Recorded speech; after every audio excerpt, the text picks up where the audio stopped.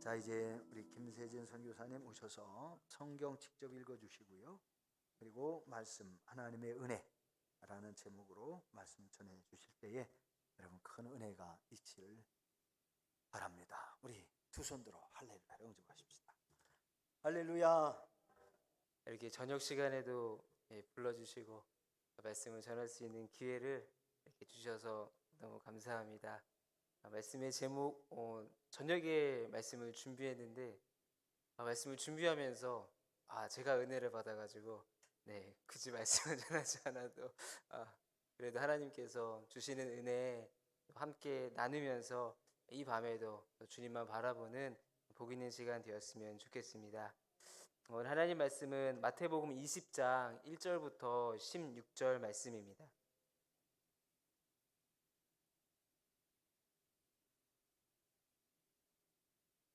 마태복음 20장 1절부터 16절 말씀입니다. 신약성경 32페이지, 제 성경책으로는 32페이지고요. 또 36페이지도 기록되어 있습니다. 마태복음 20장 1절부터 16절 말씀 같이 합독하도록 하시겠습니다. 천국은 마치 품꾼을 얻어 포도원에 들여보내려고 이른 아침에 나간 집주인과 같으니 그가 하루 한 데나리온씩 품꾼들과 약속하여 포도원에 들여보내고 또 제3시에 나가보니 장터에 놀고 서 있는 사람들이 또 있는지라. 그들에게 이르되 너희도 포도원에 들어가라. 내가 너희에게 상당하게 주리라 하니 그들이 가고 제6시와 제9시에 또 나가 그와 같이 하고 제11시에도 나가보니 서 있는 사람들이 또 있는지라. 이르되 너희는 어찌하여 종일토록 놀고 여기 서 있느냐. 이르되 우리를 품꾼으로 쓰는 이가 없음이니이다. 이르되 너희도 포도원에 들어가라 하니라. 저물매 포도원 주인이 청지기에게 이르되 품꾼들을 불러 나중 온 자로부터 시작하여 먼저 온 자까지 삭슬 주라 하니 제11시에 온 자들이 와서 한 데나리온씩을 받거늘 먼저 온 자들이 와서 더 받을 줄 알았더니 그들도 한 데나리온씩 받은지라. 받은 후 집주인을 원망하여 이르되 나중 온 이 사람들은 1시간밖에 일하지 아니할거늘 그들을 종일 수고하며 더위를 견딘 우리와 같게 하였나이다. 주인이 그 중에 한 사람에게 대답하여 이르되 친구여 내가 내게 잘못한 것이 없노라. 내가 나와 한 데나리온의 약속을 하지 아니하였느냐. 내 것이나 가지고 가라. 나중 온 이 사람에게 너와 같이 주는 것이 내 뜻이니라. 내 것을 가지고 내 뜻대로 할 것이 아니냐. 내가 선함으로 내가 악하게 보느냐. 이와 같이 나중된 자로서 먼저 되고 먼저 된 자로서 나중되리라. 아멘. 오늘 말씀은 포도원 품꾼에 관한 말씀입니다. 마태복음 20장 1절 말씀 보니까 천국은 마치라고 말씀하시면서 천국에 대해서 설명해 주시는 말씀입니다. 우리가 일반적으로 생각하는 천국은 어떤 모습입니까? 요한계시록 21장에 나온 요한이 본 환상 가운데 새하늘과 그 새 땅에 관한 그 환상의 말씀이 있지 않습니까? 다시는 사망이 없고 또 애통하는 것이나 곡하는 것이나 또 아픈 것이 다시 있지 아니하고 또 생명수강이 흘러가는 그런 천국의 모습. 또 성은 지극히 귀한 보석 같고 또 벽옥과 수정같이 맑으며 길은 황금길이고 녹보석, 청보석, 옥수, 남보석 각종 아름다운 보석으로 수놓은 듯 꾸며진 낙원의 모습을 묘사하고 있습니다. 천국은 그렇게 아름다운 곳입니다. 그리고 어르신들도 날마다 그 아름다운 천국을 사모하면서 주님 만날 날을 고대하며 우리가 또 신앙생활 또 하고 있습니다. 그것도 맞습니다. 생수의 강이 흐르는 곳, 그곳이 바로 천국입니다. 그런데 오늘 예수님은 다른 관점에서 말씀하십니다. 장소적인 의미에서 좋은 곳이 아니라 오늘의 여기에서 포커스는 이 집 주인과 같다라고 말씀하고 있습니다. 천국은 어떤 곳이냐? 이른 아침에 나간 집 주인과 같다. 천국에 대해서 말씀하시면서 천국의 주인이 어떤 분이신지 말씀하고 있다는 것이죠. 그렇습니다. 아무리 좋은 환경이라 하더라도 그곳이 천국이 될 수는 없습니다. 왜냐하면 천국의 주인이신 예수님이 계셔야지만 그곳이 천국이기 때문입니다. 아까 불렀던 찬송가 438장 3절에 보니까 높은 산이 거친 들이 초막이나 궁궐이나 내 주 예수 모신 곳이 그 어디나 하늘나라. 높은 산이라도 들판이라도 초목 아니면 초가 궁궐 어디든지 장소가 중요한 것이 아니라 그곳에 있더라도 내가 예수님 안에 있고 예수님의 삶 가운데 내가 예수님의 삶을 이루어드리며 살아가고 주님과 함께하는 그 삶이 바로 천국의 삶이라는 것입니다. 이 비유에 나타난 하나님은 어떤 분이십니까? 첫 번째로 하나님은 먼저 찾아와 주십니다. 먼저 우리에게 찾아와 주셨다는 겁니다. 마태복음 20장 1절 말씀인데요. 같이 한번 읽어보겠습니다. 천국은 마치 품꾼을 얻어 포도원에 들여보내려고 이른 아침에 나간 집주인과 같으니 포도원 주인은 이른 아침에 인력 시장에 나갑니다. 품꾼을 얻기 위해서 나간다라고 말씀하고 있습니다. 그런데 대부분의 그 고용주들은 직원을 채용할 때 채용 공고를 냅니다. 그리고 이력서를 받습니다. 그리고 검사하면서 면접을 보고 해당자를 뽑는 것이 기본적인 관례입니다. 그것이 방법입니다. 일반적인 채용 방법인데 오늘 말씀 보니까 포도원 주인이 아쉬울 것이 없는데도 일자리가 없는 사람들을 향해서 찾아가서 일하시겠습니까? 라고 품꾼들을 찾아가서 정중하게 초청한다는 것입니다. 이 비유에서 포도원 주인은 누구십니까? 포도원 주인 하나님이십니다. 그리고 품꾼은 하나님의 자녀, 백성된 성도된 저희죠. 저희가 품꾼입니다. 또 포도원은 하나님이 우리에게 주신 그 사명의 땅, 일하는 곳입니다. 부르심에 따라 일할 수 있는 곳, 넓게는 세상이고 좁게는 우리의 일터죠. 또 가정이고 우리의 선교지입니다. 포도원 주인은 부지런히 사람을 찾아 포도원으로 데려옵니다. 포도원 주인의 모습을 통해서 사람을 찾으시는 하나님 아버지의 모습을 보게 됩니다. 택한 백성을 구원하시는 아버지의 모습이 떠오르게 됩니다. 세상에서 방황하는 마치 목자를 잃은 그 양들처럼 양을 찾아 다니는 목자의 그 모습, 오늘 아버지의 모습으로 비유되고 있다는 것입니다.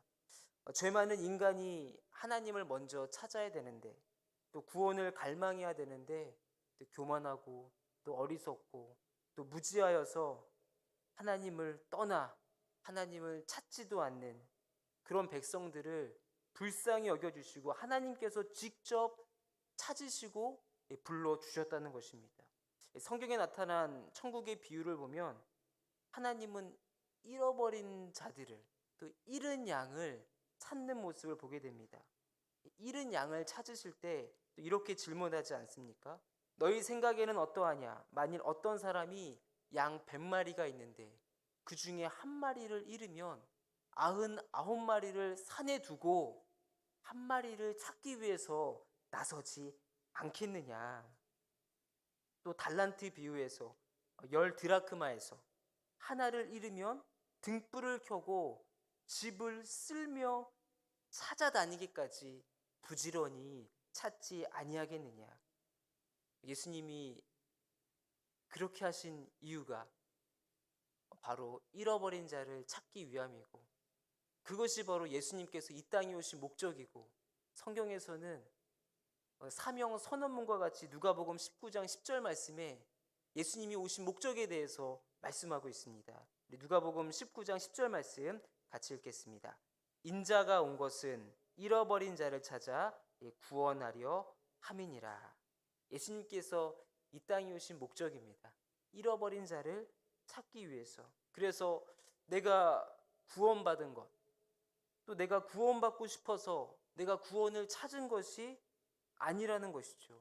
하나님께서 먼저 나에게 찾아와 주시고 나를 불러주시고 하나님의 자녀로 또 인쳐주시고 택한 백성이 되게 해주신 것입니다. 우리가 이곳에 이렇게 앉아서 예배하는 것도 우연이 아니죠. 우리에게는 우연이란 말이 어울리지 않습니다. 하나님의 계획이고 하나님의 인도하심이고 유구감리교회에서 우리가 목사님 말씀드리면서 기쁘게 신앙생활하며 세상에 빛이 되기 위해서 영혼 구원을 위해서 이곳에서 기도하며 나아가는 삶 주님께서 예비하신 것이고 그 은혜를 우리가 지금 주님이 찾아와 주셔서 누리게 해 주고 계신다는 겁니다.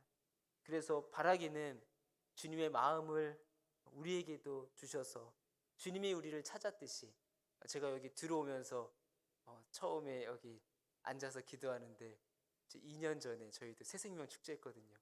그럼 부교육자들은 열심히 전도대상자 막 준비해가지고 행사 준비하고 막 그때부터 막 전도 계획해서 막 교구별로 막 전도 나가고 막 구호 외치고 했던 그때가 생각납니다. 근데 그 명단 볼 때마다 앉을 때마다 내 태신자 새생명 축제 때 꼭 와야 되는데 제가 어릴 때의 기억으로 저희 친구를 그때는 꼬신다고 했나? 교회로 꼬시기 위해서 그 당시 큰 귀한 짜장면을 내가 사주겠다고. 근데 모교회가 남산 밑에 있는 성도교였거든요. 장로교 출신인데 성도교회에서 여기 초촌 축제 하는데 내가 남산에 가서 너희들을 위해서 그 비싼 짜장면을 사주겠다. 그랬더니 애들이 다 남산타워 구경 가는 줄 알고 하여튼 버스 타고 팍 올라갔습니다. 그리고선 제가 교회로 데려가고 그 약속대로 짜장면을 사주는데 교회에 그때 한 5명이 왔거든요. 근데 문을 열고 들어가는데 제 어깨가 막 펴지는 거예요. 너무 기뻐서 정말 그때는 참 그렇게 아이들을 전도하고 같이 예비하고 비록 짜장면이라는 이름으로 거짓말을 한 거 아닙니다. 남산 올라가서 정말 짜장면 맛있는 거 사주고 그때의 기억이 나는데 태신자들이 주님께 돌아오게 하는 것도 우리의 일이 아니라 하나님께서 찾으시고 부르시고 우리 표처럼 우리가 사랑과 섬김으로 믿지 않는 자들이 우리의 무엇을 본다고 합니까? 이 착한 행실밖에 없습니다. 여전히 착한 행실로 착한 모습으로 선한 모습으로 받든지 안 받든지 인사하고 나누며 섬길 때 노크할 때 주님께서 마음을 열어주시고 주님께로 돌아오는 주님의 기쁨의 날이 우리를 통해서 나타나게 될 줄 믿습니다. 두 번째는 하나님은 사명을 주십니다. 사명을 우리 가운데 허락해 주십니다. 마태복음 20장 2절 말씀에 그가 하루 한 데나리온씩 품꾼들과 약속하여 포도원에 들여 보내고 포도원 주인은 하루 한 데나리온씩 품꾼과 약속했습니다. 노동자 하루 품삯이 한 데나리온입니다. 주인은 일자리를 제공해 줍니다. 할 일이 없이 매일 무료하게 보냈는데 일이 없어서 일할 곳이 없나 찾아도 찾지 못하는 인력시장에 있는 그 사람들을 그렇게 놀고 서 있다라고 표현하는 그들을 향해서 주님 찾아가 주시고 그리고 일을 주셨다는 겁니다. 할 일이 생겼다는 것. 이것이 얼마나 큰 축복입니까? 제가 청년부 사역할 때 삼성 SDI 다니는 그 청년이 있었습니다. 그 청년이랑 이야기하면서 그 경쟁력이 그렇게 심하고 센 삼성 SDI 어떻게 들어갔냐고 참 대단하고 기특하다고 했더니 그 청년이 하는 말이 하나님이 하셨죠. 하나님이 하신 건 맞죠. 그런데 어떻게 했는지 얘기해 주는데 대학을 졸업한 다음에 1년 넘게 이력서를 써서 문을 두드리는데 채용 공고에 맞춰서 이력서를 내는데 면접을 보면은 떨어지고, 면접을 보면 떨어지고, 연락이 안 오는 곳이 수두룩했다고 합니다. 그런데 이력서를 몇 통 썼느냐? 100통 이상 썼다고 합니다. 100통 이상 써서 겨우 그 좁은 문에 들어갔다는 것이죠. 하나님의 은혜라고. 내가 할 수 있는 게 아니었는데 나는 떨어지고 이제는 안 되겠구나 포기하고 있었는데 하나님께서 들여보내줬다고 하면서 정말 일자리를 얻은 것, 그 취업한 거에 대해서 굉장히 큰 기쁨을 나누었던 그런 기억이 있습니다. 스위스 사상가 칼 히트니는 인생 생의 최고의 날은 하나님이 우리에게 주신 사명을 자각하는 날이다. 사명을 자각하는 날이 우리의 삶에 있어서 인생 최고의 날이다라고 이야기하고 있습니다. 그런데 하나님이 나를 쓰신다고 하니 그게 얼마나 큰 은혜이며 감동입니까? 하나님이 나를 찾아와 주시고 찾아와 주신 것뿐만 아니라 이 몸된 교회를 섬길 수 있도록 나에게 일을 주셨다는 것, 할 일을 주시고 일할 곳을 주시고, 이것이 바로 큰 은혜입니다. 우리에게 사명이 있다는 것, 이거보다 더 큰 축복은 없습니다. 마태복음 20장 5절과 7절 말씀에 제6시와 제9시에 또 나가 그와 같이 하고 제11시에도 나가 보니 서 있는 사람들이 또 있는지라. 이르되 너희는 어찌하여 종일토록 널고 여기 서 있느냐. 이르되 우리를 품꾼으로 쓰는 이가 없음이니이다. 이르되 너희도 포도원에 들어가라 하니라. 주인은 제3시에도 나가보고 또 제9시에도 제6시에도 제11시에도 나가서 그때까지 일자리를 구하지 못하는 사람들, 그들을 포도원으로 초청했다는 것입니다. 일자리를 주었다는 것이죠. 제3시는 오늘날로 오전 9시입니다. 또 제6시는 정오 12시, 제9시는 오후 3시, 제11시는 오후 5시. 이제 일이 끝나는 1시간, 2시간만 있으면 일이 끝나는 제5시에도 주님께서 그 주인이 나아가서 일꾼들을 찾아서 너 일이 없니? 포도원으로 불러주시고 일자리를 주셨다는 것입니다. 주인은 종일토록 놀고 있느냐 물으셨을 때 품꾼들은 쓰는 이가 없다라고 그렇게 고백하고 있습니다. 하루 종일 놀고 있다는 것이죠. 품꾼으로 쓰는 사람이 없는 것, 나를 필요로 하는 곳이 없다는 것, 그것이 굉장히 비참한 것 같습니다. 내가 쓸모없는 인생이 된다는 것, 어디에서도 나를 써주지 않는다는 것, 굉장히 슬픈 일입니다. 그들이 한 말입니다. 오후 5시에 주인을 만난 사람들이 우리를 쓰는 이가 없습니다. 어디를 가도 써주는 이가 없습니다. 그런데 주인이 뭐라고 말씀합니까? 너희도 포도원으로 들어가라.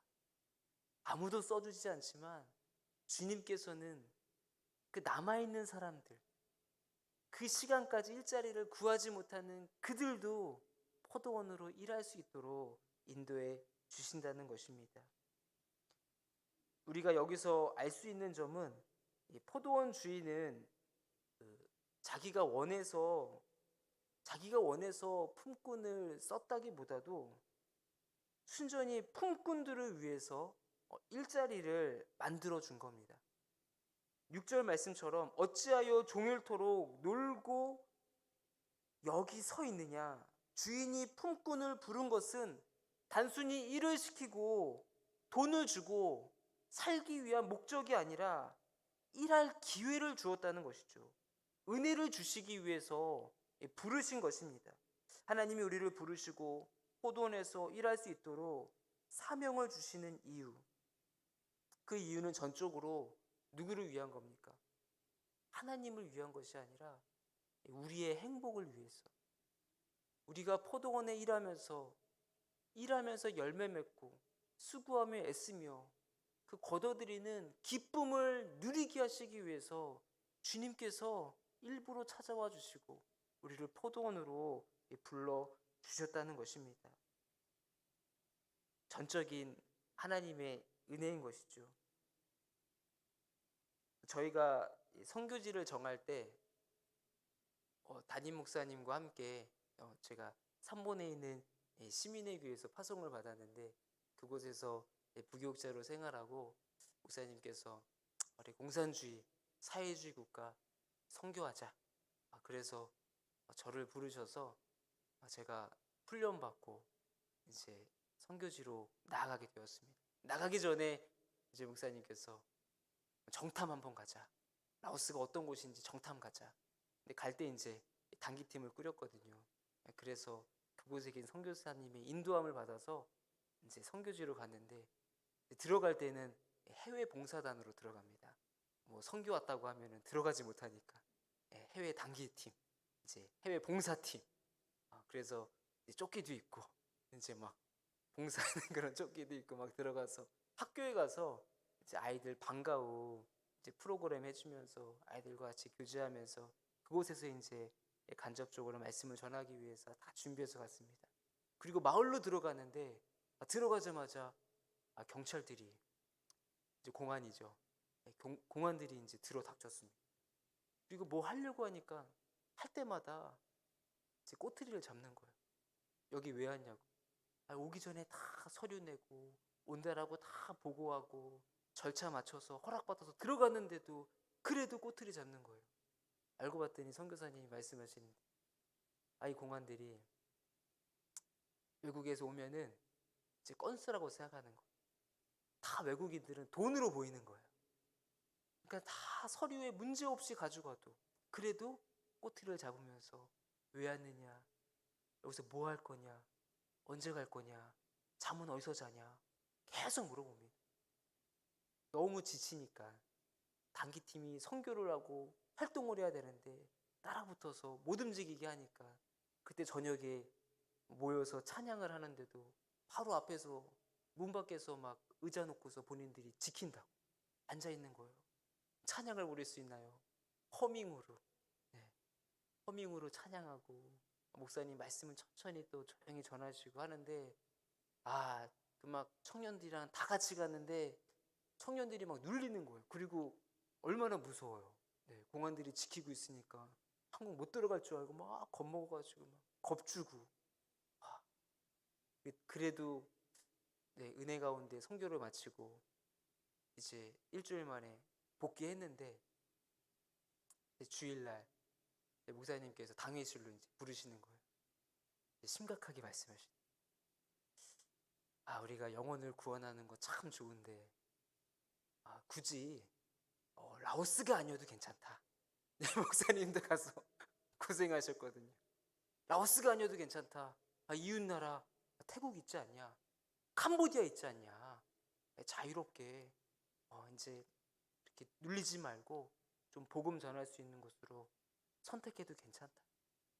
저보고 너가 결정하라고. 목사님이 결정해 주시면 좋겠는데 저보고 결정하라는 거예요. 그래서 어떡합니까? 기도하면서 선교지를 생각하고 그곳에 사역했던 일들을 생각하는데, 주님께서 이 말씀으로 저에게 응답해 주셨어요. 그 말씀이 뭐냐면은 마가복음 10장 29절과 30절 말씀입니다. 예수께서 가라사대 내가 진실로 너에게 이르노니 나와 및 복음을 위하여 집이나 형제나 자매나 어미나 아비나 자식이나 전토를 벌인 자는 금세에 있어 집과 형제와 자매와 모친과 자식과 전토를 100배나 받되 핍박을 겸하여 받고 내세에 영생을 받지 못할 자가 없느니라. 이 말씀을 주시는데, 그렇구나. 복음을 전하는데, 초대교회 때부터 복음의 역사를 봤을 때 조선에도 우리나라에도 복음을 전했던 선교사님의 삶을 봐도 그렇구나. 복음이 있는 곳에 언제나 핍박이 있었구나. 하지만 복음은 그곳에 싹을 틔우고 열매를 맺었구나. 핍박이 없으면 오히려 부흥이 안 됐구나. 그 말씀을 주시면서 고난도 있지만 제재도 있고 아픔도 있겠지만 하나님이 영광 받으시겠구나. 그런 마음으로 그 다음날 이제 그 주에 목사님 찾아가서 말씀드리고 영광이 큰 줄 믿고 라오스로 가겠습니다. 이렇게 고백하고 준비해서 나왔던 그런 기억들이 있습니다. 선교를 할 때 어려움이 있고 또 우리가 복음을 증거할 때 핍박이 있는 것은 당연한 일입니다. 하지만 오늘 말씀처럼 핍박을 받되 겸하여 받되 내세 영생을 받지 못할 자가 없느니라. 하나님께서 영생의 축복도 주시고 그리고 약속의 말씀처럼 전대도 또 자식도 그 가족도 더 많은 축복을 주시겠다라고 주님께서 약속하고 계십니다. 전도는 선교는 기쁜 것입니다. 행복한 것입니다. 저희가 나아갈 때는 이제 나아가면 고생하는구나. 고생길이 놓였구나. 그 생각을 했는데 말씀을 받은 다음에는요. 생각이 바뀌었어요. 행복을 위해서 나아가는구나. 열매를 맺고 주님이 기뻐하시는 곳으로 내가 행복한 사람이 되기 위해서 나아가는구나. 생각을 바꿨습니다. 하나님이 기뻐하시는 전도와 선교를 위해서 우리 권사님들 더 많이 이 자리에서 기도하시고 기도할 때 기도의 분량이 채워질 때 하나님의 약속대로 응답해 주시잖아요. 내 때가 아니라 하나님의 때 하나님의 방법으로 내가 기도했는데 생각지도 않게 다른 사람들을 통해서 주님께 돌아오는 역사, 그 일들을 얼마나 많이 경험했습니까? 내 태신자는 안 왔는데 하나님께서 새생명 축제 때 놀랍지 않게 다른 사람들을 통해서 막 보내주시는 그런 은혜를 경험하게 됩니다. 언제나 교회는 들어오면서 우리 그 돌비 그 비석 이제 머릿돌 봤는데 교회는 살아계신 하나님의 집 아닙니까? 살아계신 하나님의 집. 왜 그렇습니까? 하나님이 살아계시고 하나님 말씀이 살아있고 그 말씀을 증거하는 곳마다 죽은 영혼들이 살아나서 그래서 우리가 교회에서 하는 모든 운동은 무슨 운동이죠? 생명운동. 생명 살리는 운동. 그 일을 우리에게 맡겨주셨으니 기쁨으로 그 사명을 가지고 주님께서 나에게 영혼 구원하는 사명을 주셨으니 기쁘게 감당하시는 모든 성도님들 되시기를 주님의 이름으로 축복합니다. 세 번째는 하나님은 차별이 없으십니다. 마태복음 20장 8절과 9절 말씀입니다. 저물매 포도원 주인이 청지기에게 이르되 품꾼들을 불러 나중 온 자로부터 시작하여 먼저 온 자까지 삭슬 주라 하니 제 11시에 온 자들이 와서 한 데나리온씩 받거늘. 날이 저물어서 한 데나리온씩 삭슬 줍니다. 제 11시에는 오후 5시입니다. 그들에게도 한 데나리온, 하루 품삯을 주었습니다. 그러니 아침 일찍 온 사람은 얼마나 기대했겠습니까? 저기 1시간 남고 온 사람도 한 데나리온 받았는데 나는 아침 일찍 와서 이 무더위를 이기면서 하루 종일 수고했으니 나는 갑절은 받겠다. 그런 기대감이 있었을 것입니다. 마태복음 20장 10절 말씀 보니까 먼저 온 자들이 와서 더 받을 줄 알았더니 그들도 한 데나리온씩 받은지라. 한 데나리온을 줬습니다. 더 줄 줄 알았는데 더 많이 받을 줄 알고 기대하고 있었는데 똑같이 주신 거예요. 그 주인이 한 데나리온밖에 안 준 겁니다. 그래서 문제가 생겼습니다. 11절 12절에 주인을 원망하고 불만을 갖게 됩니다. 1시간 일한 사람도 하루 일한 사람도 어떻게 똑같이 대접합니까? 어떻게 이럴 수 있습니까? 그들의 불만은 타당한 것처럼 보입니다. 종일 수고하고 무더위 가운데 지치면서 정말 죽기 살기 일하여서 땀을 흘렸는데 더 대우해 주는 것이 마땅하지 않습니까? 그러나 하나님 편에서 보면은 공평한 것이죠. 그리고 오히려 원망했던 것이 잘못된 일이 됩니다. 어떤 점이 잘못되었습니까? 그들은 하나님의 은혜를 잊어버렸습니다. 은혜를 몰랐습니다. 품꾼들은 포도원에서 일하게 해준 은혜를 알고 감사해야 했는데 감사는커녕 원망하고 불평했다는 것이죠.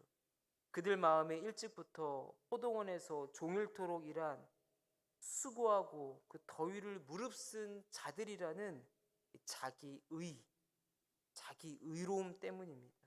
고생했다는 나름대로의 그 의인의 심정이 있었던 것이죠.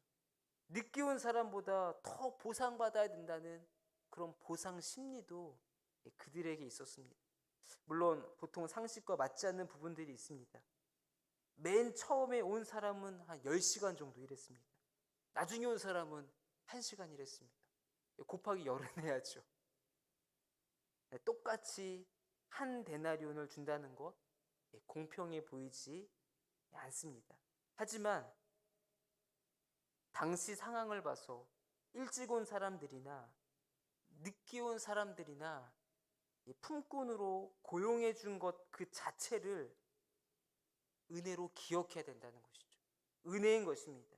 아무 일도 없이 그동안 빈둥빈둥 의미 없는 삶을 보내고 허송세월을 했던 그 시절을 기억하지 못합니다. 주인은 그들 모두에게 은혜를 베푼 것이죠. 사람들에게는 모두 은혜를 기억하지 못하는 이런 자기의가 있습니다. 하나님이 부르시고 사명을 주시고 일할 수 있는 축복을 주셨는데도 어느 순간 수고의 대가를 요구합니다. 교회에서도 더 대우받으려고 합니다. 다른 사람보다 더 수고하였다고 은근히 자랑하며 자신을 높이기도 합니다. 문제는 자기의 의의를 나타낸다는 것이죠. 교회는 차별이 없어야 합니다. 그런데 어느 순간 교회에 약자가 생깁니다. 교회 생활을 하다 보니 이상하게 서열이 있는 것처럼 느껴진다는 것이죠. 수고한 사람에게도 대가가 필요하죠. 칭찬이 필요합니다.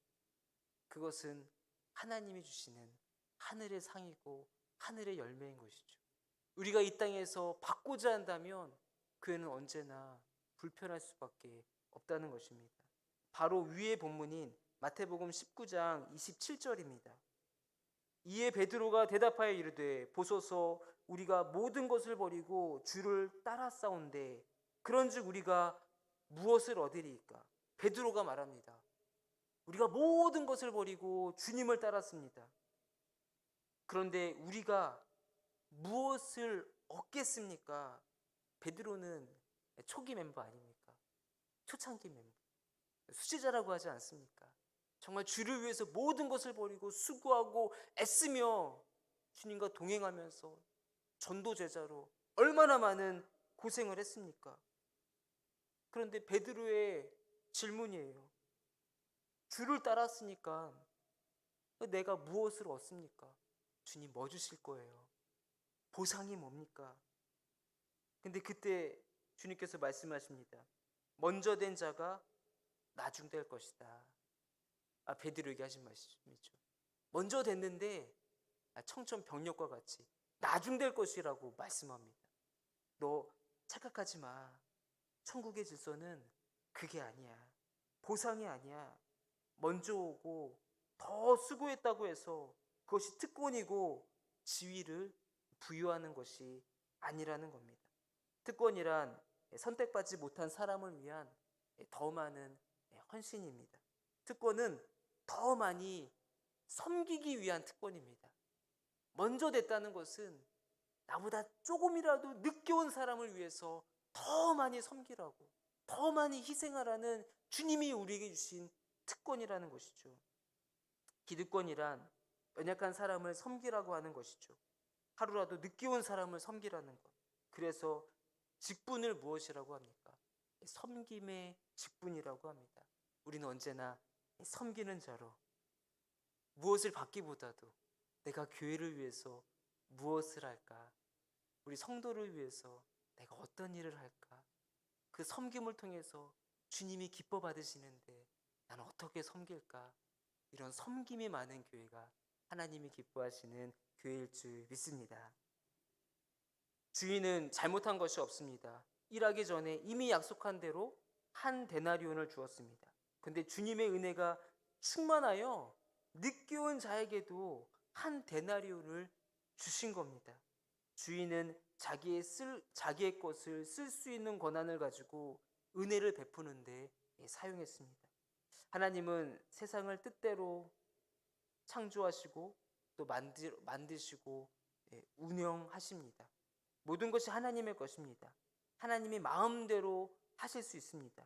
하나님의 것을 가지고 하나님의 뜻대로 하시는데, 주권을 가지고 사용하시는데 누가 뭐라고 할 수 있습니까?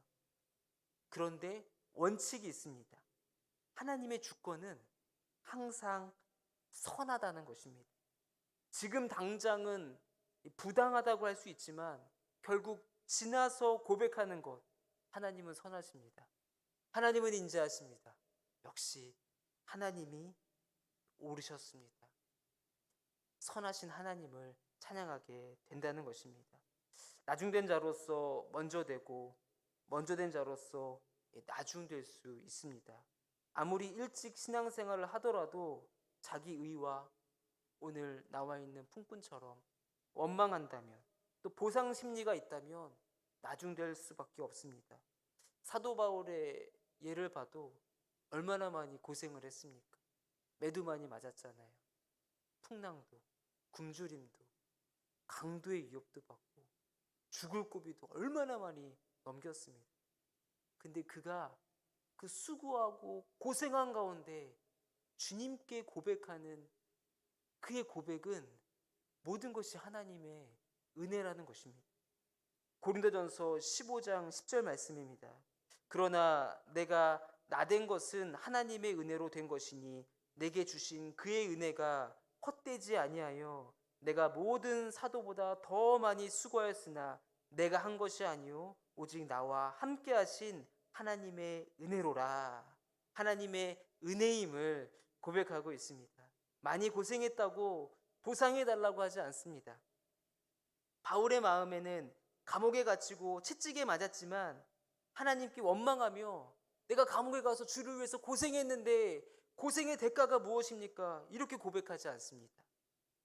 더 많이 수고했지만 수고하면 수고할수록 내가 한 것이 아니라 하나님의 은혜입니다. 언제나 하나님의 은혜를 고백하고 자기 공로가 아니라, 자기 의가 아니라, 보상 심리가 아니라, 원망과 불평이 아니라 수고하며 애쓸 때마다 더 하나님을 높이며 은혜임을 나타냈다는 것입니다. 여기 오신 분들, 이 저녁에 저는 정말 오랜만에 저녁 예배를 드렸습니다. 저희 모교에서 성도교회 드릴 때, 그때 우리 어머님 그 젊은 시절 때, 아버님 젊은 시절 때, 그때 제가 저녁 예배 드렸던 기억이 있거든요. 모교회에서. 그래서 7시에 막 예배 드리고 집에 가면은 1시간 넘는 그때 양천구 신정동에 살았는데 1시간 거리 되는 차를 타고 오면서 항상 피곤해서 자고, 그 다음날 부모님은 일찍 또 출근하시고, 그래서 저녁까지 예배 드리는 것이 굉장히 피곤하고 힘들었던, 하지만 그때가 그리웠던, 그 마당에서 예배 끝난 다음에 항상 놀았어요. 애들이랑 저녁 예배 드릴 때까지 얼마나 많은 시간이 있습니까? 하루 종일 놀고 또 놀고 예배 드릴 때 자고 그래도 그때 추억이 있어서 저녁 예배가 참 그리웠는데, 여기 오니까 이거 감리교회 저녁 예배 드린다고 해서 너무 감사하더라고요. 전 저녁 예배가 있구나. 아직까지 그 전통을 지키고 있구나. 시대가 바뀌면서 편의에 의해서 저희 파송교회도 2시 반에 예배 드리거든요. 얼마나 좋습니까? 일찍 끝나고 일찍 쉬고. 그런데 우리 신앙을 지키면서 여전히 하나님이 기뻐하시는 예배, 하루를 마무리하는 그 저녁 예배, 더 큰 은혜가 우리가 있는데, 우리가 수고하고 애쓰는 가운데 날마다 주님의 은혜를 생각하고 감사로 찬양하는 모두가 되시기를 바라겠습니다. 말씀을 마치겠습니다. 천국은 장소와 환경이 아니라 천국이 그 주인 되시는 하나님이 어떤 분인지 말씀하고 있다는 것입니다. 왜냐하면 좋은 장소라도 하나님이 없으면 그곳이 바로 지옥입니다. 그래서 하나님이 어떤 분이신지 먼저 아는 것이 중요합니다. 하나님께서 우리를 먼저 찾아와 주셨다는 것. 내가 찾은 것이 아니라 주님이 찾아와 주시고 백성 삼아 주시고 그리고 이 하나님의 교회로 불러주신 것, 이것이 은혜입니다. 그리고 주님은 우리를 부르신 것뿐만 아니라 일할 수 있는 이 사명을 주셨다는 겁니다. 이 사명을 발견한 사람이 행복한 사람입니다. 비록 어려움이 있더라도 사명에 이끌리는 사람이 위대한 인생을 살 수 있습니다. 그 사명은 영혼을 구원하는 것이고 이 땅에 하나님 나라를 이루어가는 것입니다. 이거보다 더 위대한 사명이 어디에 있습니까? 하나님의 일을 하는 그 사명을, 그 하나님의 그 과업을 우리에게 주셨다는 것입니다. 우리 모두가 사명자이기에 행복한 삶이고 의미 있는 삶인 줄 믿습니다. 또한 하나님은 차별이 없으신 분입니다. 부르심은 그 자체가 은총입니다. 우리가 사명이 있다는 것, 일찍부터 하나님의 포도원에서 일한다는 것, 이건 말할 수 없는 축복입니다. 먼저 부르고 늦게 부른 것이 아니라 하나님의 때에 하나님께서 불러주신 것입니다.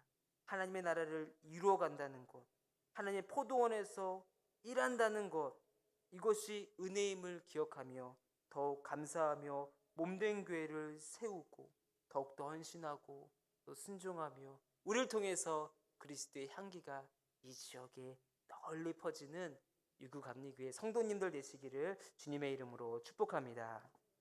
기도하겠습니다. 기도하고 축도하고 바치도록 하겠습니다. 주 하나님 감사합니다. 오늘 포도원 일꾼 또 포도원 주인의 비유를 통해서 우리 하나님이 어떤 분이신지 말씀해 주시니 감사합니다. 주님이 우리를 불러주시고 부르신 것뿐만 아니라 우리에게 포도원에서 일할 수 있는 사명을 주시니 감사합니다.